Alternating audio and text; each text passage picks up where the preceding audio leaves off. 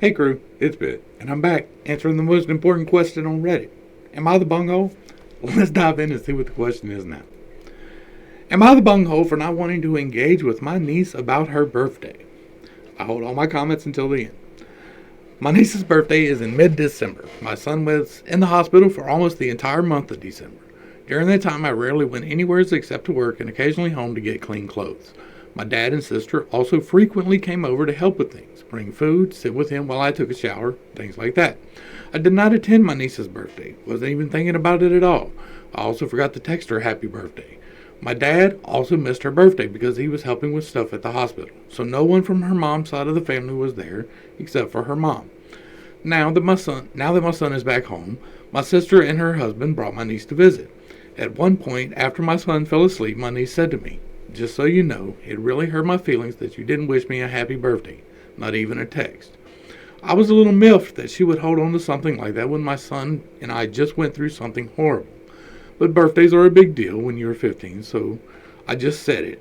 It slipped my mind, happy birthday. My brother-in-law said, "Yeah, she was pretty upset no one from your side of the family was there." I just stared at him for a second. "Yeah, I was at the hospital with my son. Kind of weird that you forgot that." He said, "I didn't forget, but you literally took over everyone's attention for a month. I don't think it's much to ask that you apologize to my daughter for making her grandfather miss her birthday." My sister said that we should talk about something else, but I thought that it would be better to cut the visit short since my son was asleep already anyway. My niece said, "So, you would rather leave than acknowledge you hurt my feelings?" I said yes. My sister gave me a hug and said they would visit at a better time, but her husband said, "Don't worry, honey, your uncle is just a jerk. It's nothing to do with you."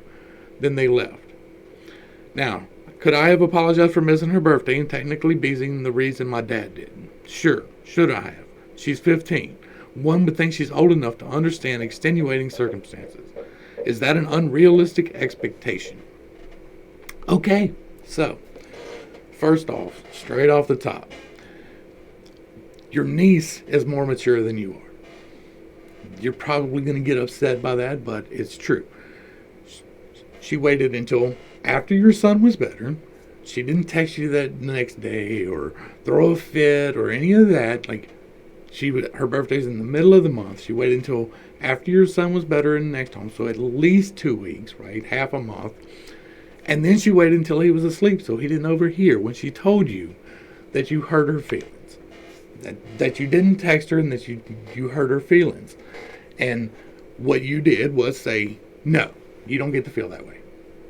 So, yeah, you're the bunghole. Now, there are extenuating circumstances, and you are right. You had every valid reason not to be there. She didn't even ask you to be there. She just wanted a text. She was upset that her grandfather was there. Now, the brother-in-law here, kind of a bunghole as well, because you said it slipped my mind, happy birthday. It was up to the daughter at that point, or the niece, to say whether or not that was appropriate. And from what it looks like here, your brother-in-law stepped in and said, well, she was very upset. And that's a father, understand that, a father trying to protect his daughter. Now, would you have done the same thing in your brother-in-law's place? If somebody from your husband's side of the family, nobody from your husband's side of the family showed up to the birthday of your son, right? So you say it's in January and he had just been sick, and now it's January and it's his birthday and nobody from his dad's side of the family shows up. Now that's different circumstances, slightly. But do you understand now how that could hurt feelings? Do you understand now how the brother-in-law might want to defend his daughter in this situation? Not saying that it was appropriate, because it was up to the daughter. She was handling it much better than the adults in the situation. This 15-year-old showed more responsibility and more restraint than the two adults in this situation. I do think that she has every reason to be upset. Like, it was important to her, maybe not for you, but maybe for her grandfather to be there for her this one day for maybe an hour. Maybe that could have been arranged. But when you pay attention to only your own needs, and the fact that your own needs involve your son are irrelevant. This was about your needs. This wasn't about your son's needs. He was well cared for by the staff at the hospital. You were there and available. Your father didn't need to be there. This was about something else.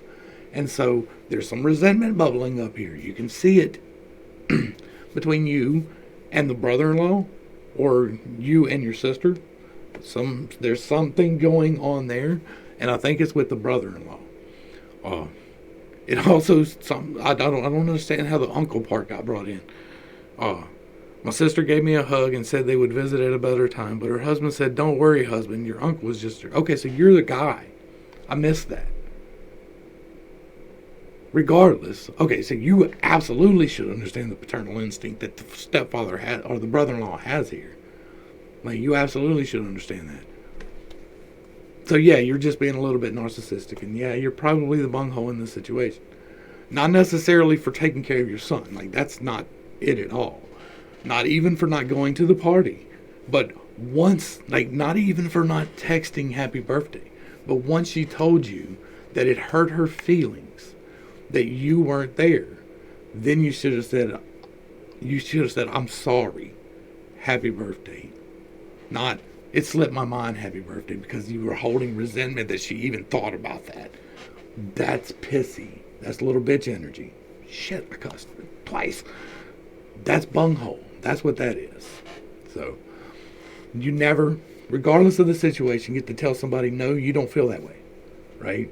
Now, they may be overreacting to a situation, and you can address the overreaction. But they do feel that way, and they are valid in their feelings.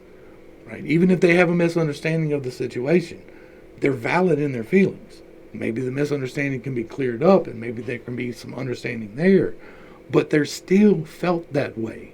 And there's a reason why they felt that way. If they felt abandoned by you, there's a reason why. It's not the first time. This has happened before. This is a pattern. She wouldn't have brought it up if it was once. Like, these things are apparent if you spend any time studying this stuff at all. And so, yeah, you're the bunghole in this situation. Now, the brother-in-law's the bunghole too. Like, he should have let things rest. He shouldn't have poked and prodded. There's some resentment there. I get that. But, yeah, there's two bungholes in this situation. Hopefully I brought a little bit of enlightenment and not too much confusion. If you like it, sorry. If you like what I'm doing here, let me know. Hit me in the comments down below. If you don't like what I'm doing here, let me know. Hit me in the comments down below. Let me know what I need to do. To the crew, thanks for hanging out. I appreciate every single minute that you are here with me, and I am praying for you every single day. Until next time, I love you. You're perfect, complete, and whole, just the way that you are. It's been Pittstake. Peace.